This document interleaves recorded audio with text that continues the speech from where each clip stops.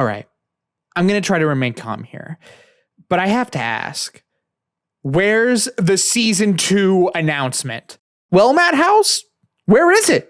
You're just going to keep sitting there acting like everyone in the entire world isn't asking the same question?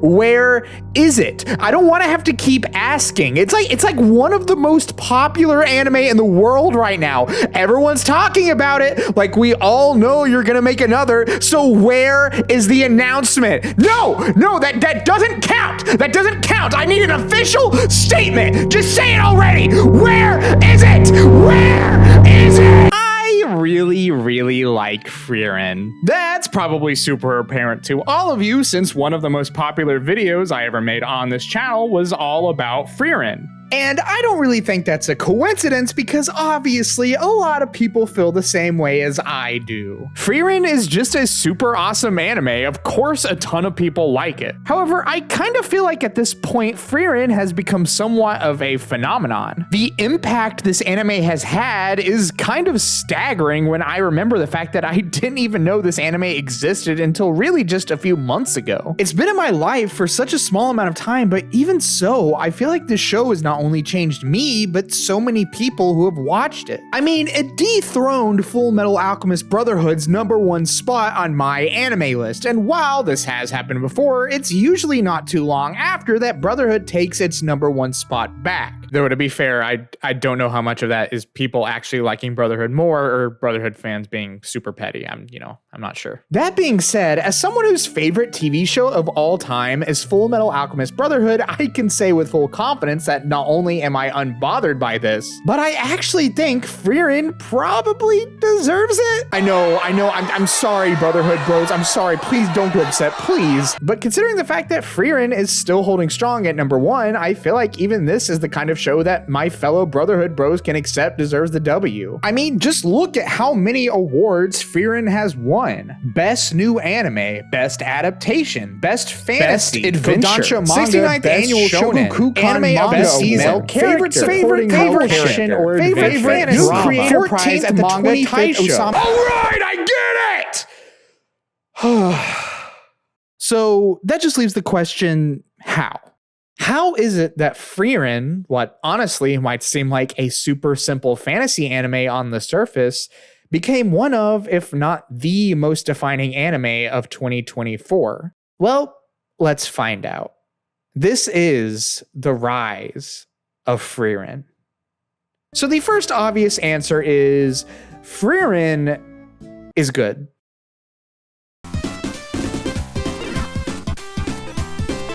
Okay, fine.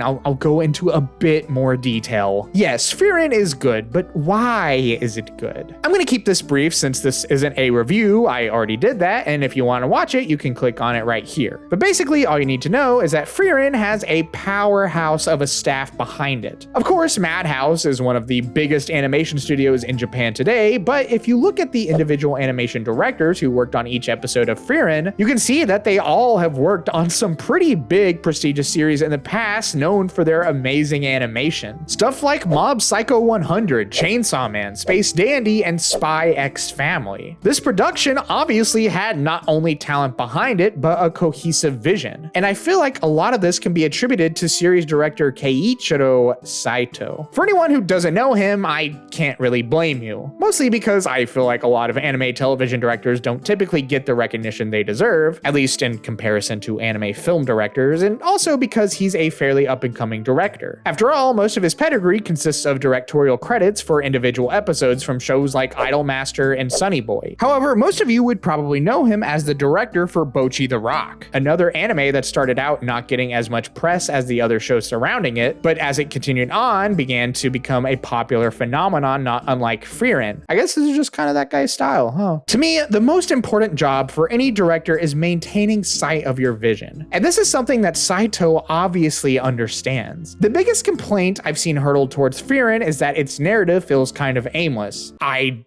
don't really agree with this. Like, at all, but I can understand how someone could feel that way. This is why it's so important to stay true to the overall narrative themes and morals of your story. Because regardless of if something feels aimless, so long as you maintain sight of that vision, it ties everything together. And that's just how the production of Frieren feels, like everything just coming together in the best possible way that it could. Not one single person shining above everyone else, but every individual talent harmonizing together to make a beautiful chorus. But this isn't the only factor to take into account. We also have to talk about the way Frieren was received by the outside audience. Though before we do that, I'd like to take a moment to talk to you guys about today's sponsors, Sakuraco and Tokyo Treat.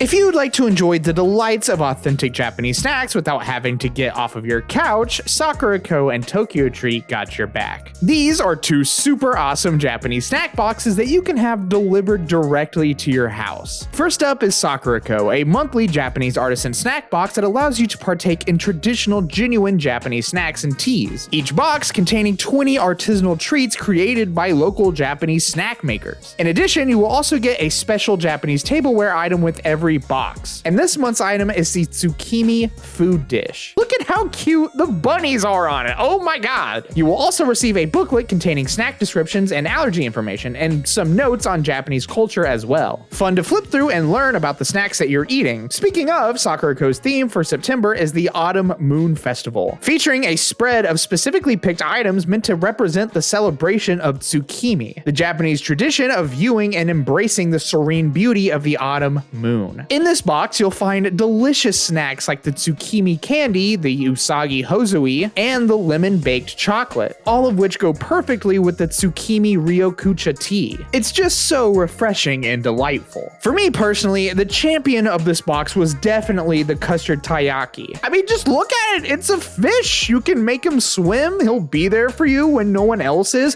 What's not to like about...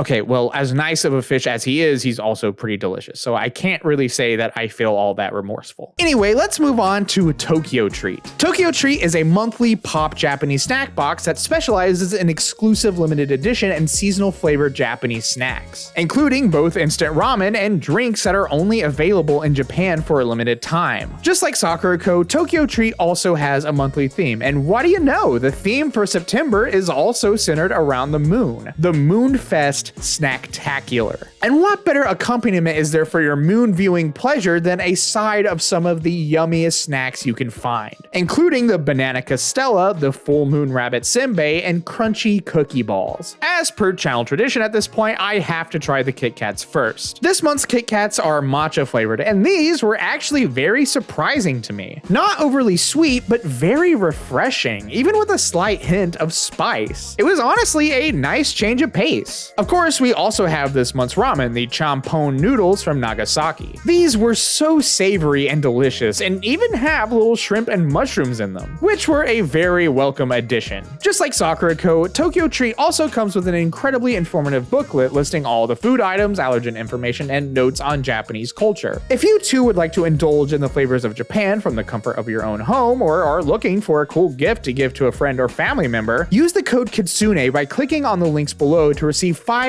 off on your first Sakuraco and Tokyo Treat boxes. Thank you so much to Sakuraco and Tokyo Treat for sponsoring this video, and we hope that you too can enjoy these delicious snacks all the way from Japan.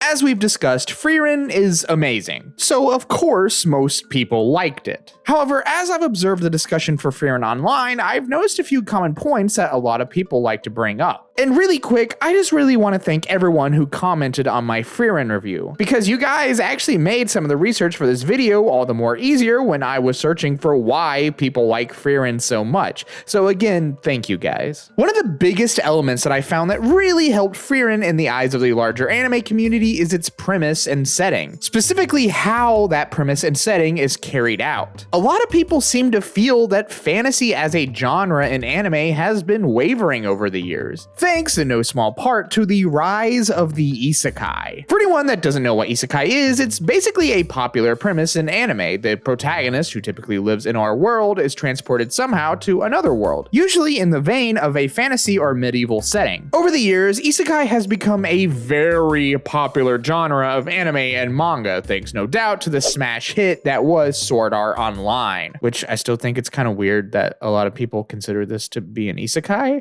but whatever, I don't make the rules. Naturally, with isekai being so popular, this has led to a lot of it being created in recent years. And with this sudden explosion of isekai, a lot of people feel the genre and premise has become homogenized and cookie cutter. Now look, if you like isekai, in no way is this an attack against you or anything like that. I personally don't even believe that isekai is just bad by default. It's totally dependent on the creativity and quality of the writing. This is more so just an observation of what I found to be a pretty popular opinion in a lot of anime circles. And with fantasy being such a massive part of so many isekai, a lot of people felt like fantasy was a dying genre in anime and manga. That is, until Frieren came and basically rejuvenated it. There's nothing about it that feels like it was just cranked out to capture an existing trend. And I already hear what you guys are saying. You could argue that Berserk has been keeping the fantasy genre alive throughout its entire lifetime. And look, I love Berserk, but as cool and popular as Berserk is, there are certain things about it that keep it from being massively appealing to everybody. That's not saying Frieren is better than Berserk. I honestly don't really find those two series to be very comparable at all, but it can be consumed by many, many more people. No matter your age, gender, or interest in anime in general, I feel like anyone can sit down and enjoy Frieren. It just reaches so many people. And with that, we get to one of the biggest reasons why I think Frieren is so popular.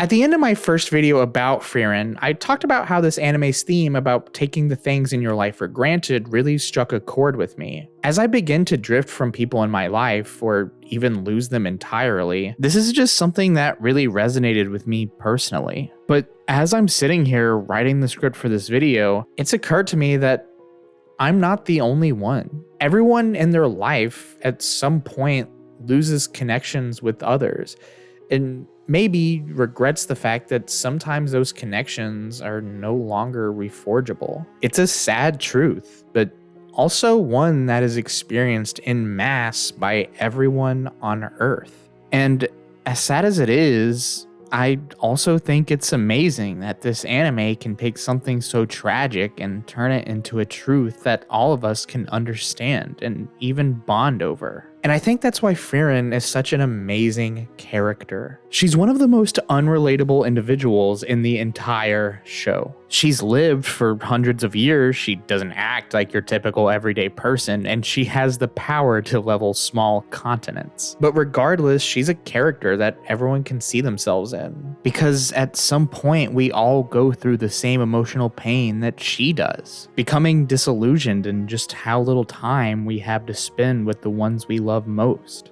And to me, that's powerful. That all of us can come together in our pain and, in a way, share this one amazing story together. So there you have it.